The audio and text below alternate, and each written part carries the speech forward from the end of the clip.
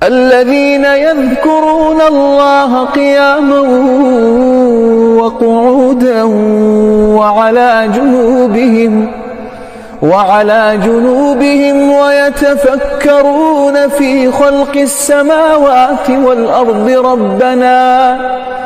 ربنا ما خلقت هذا باطلا سبحانك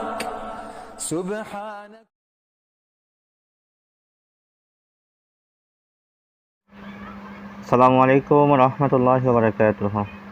আজকে যে কাজটি নিয়ে হাজির হলাম সেটি হচ্ছে আপনার অবাধ্য স্বামী হোক বা অবাধ্য স্ত্রী হোক, মোট কথা বিবাহিত মেয়ে হোক বা ছেলে হোক, এই সমস্ত লোকদেরকে বাধ্য করার জন্য এই কাজটি সর্বশ্রেষ্ঠ একটা কাজ।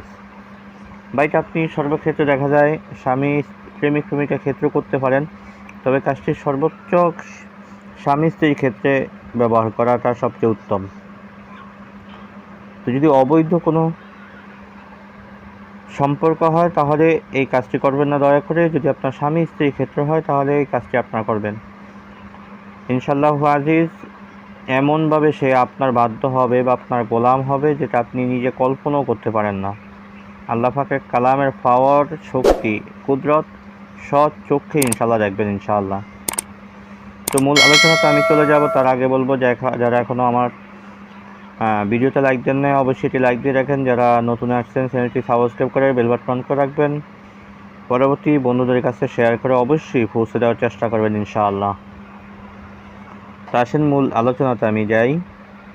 আজকে যে কাজটি নিয়ে হাজির হলাম, অবাধ্য স্বামী স্ত্রী যে কেউ হোক অবাধ্য হলে তাকে আপনার আয়ত্ত করার জন্য, আপনার বাধ্য করার জন্য, আপনার গোলাম করে রাখার জন্য সর্বশ্রেষ্ঠ একটা কাজ। এই কাজটি করার জন্য আপনার বেশি জিনিসের প্রয়োজন হবে না, শুধুমাত্র আপনাকে মেশক, জাফরান, কুমকুম, গোলাপ জল, কালি সংগ্রহ করতে হবে। আমি মাঝখান দিয়ে একটু কথা বলি, যারা আমাকে দিয়ে কাজ করতে চান তার স্ক্রিনে ইমো নাম্বার, হোয়াটসঅ্যাপ নাম্বার দেওয়া থাকে, ইনশাল্লাহ আমার সাথে যোগাযোগ করে নিতে পারেন। গ্যারান্টি সহকারে ইনশাল্লাহ কাজ করে দেওয়া হবে।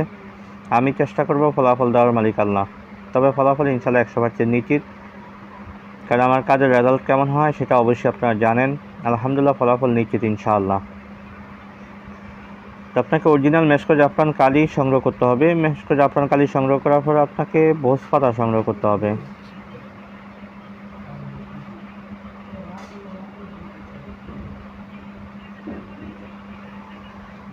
আপনাকে ভোজ পাতা সংগ্রহ করতে হবে আর মেশক, জাফরান, কালি সংগ্রহ করতে হবে।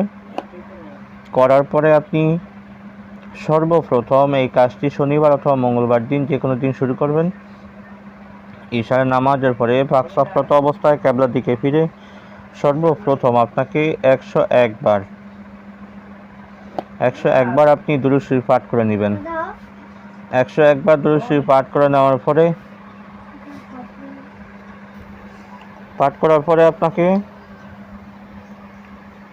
ভোজ পাতাটাকে সামনে রেখে আমি স্ক্রিনে একটা নকশা দিয়ে দিব, খুবই ছোট্ট একটু নকশা। এই নকশাটুকু এখানে সর্বপ্রথম আপনার নাম মানে আপনার মার নাম, আলা হুব্বি আপনার কাঙ্ক্ষিত ব্যক্তি মানে স্ত্রীর নাম, তার মায়ের নাম। যদি স্ত্রীরা স্বামীর জন্য করে থাকে সেক্ষেত্রে এখানে স্ত্রীর নাম, স্ত্রীর মার নাম, আলা হুব্বি, এখানে স্বামীর নাম, স্বামীর মার নাম। আপনি এইভাবে নকশাটা ভোজ পাতার উপরে উঠাইবেন। কয়টা নকশা উঠাবেন? মাত্র 3টা নকশা আপনি উঠাবেন। 3টা নকশা উঠিয়ে তারপর আপনার কাজ হয়েছে সূরাতুল ইয়াসিনের আমল।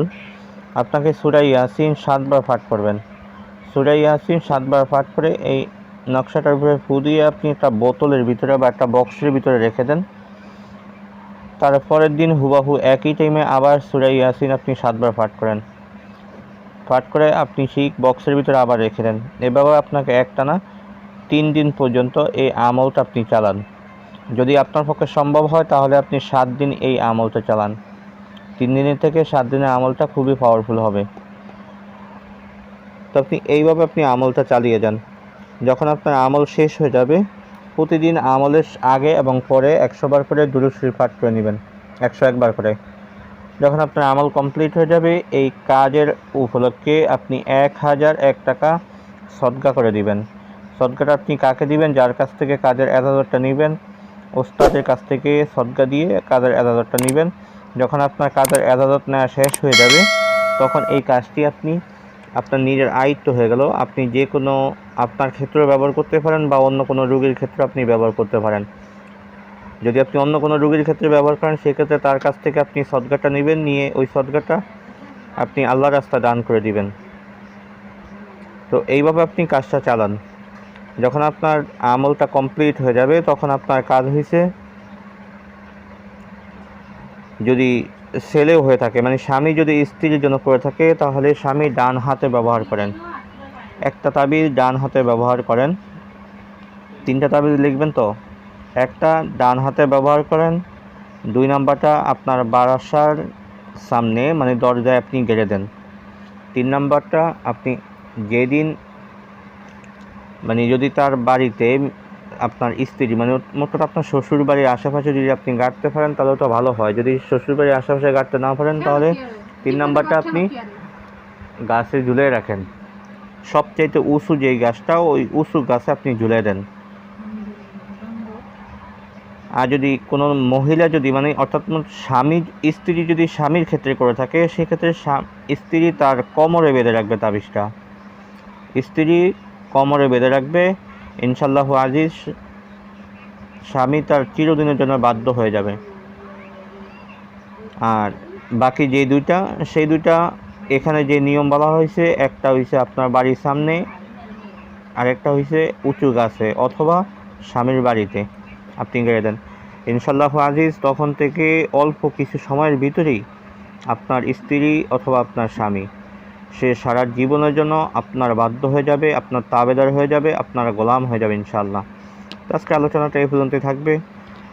দেখা হবে পরবর্তী ভিডিওতে। সে পর্যন্ত আমার সাথেই থাকেন। ওমা তৌফিক ইল্লা বিল্লাহ।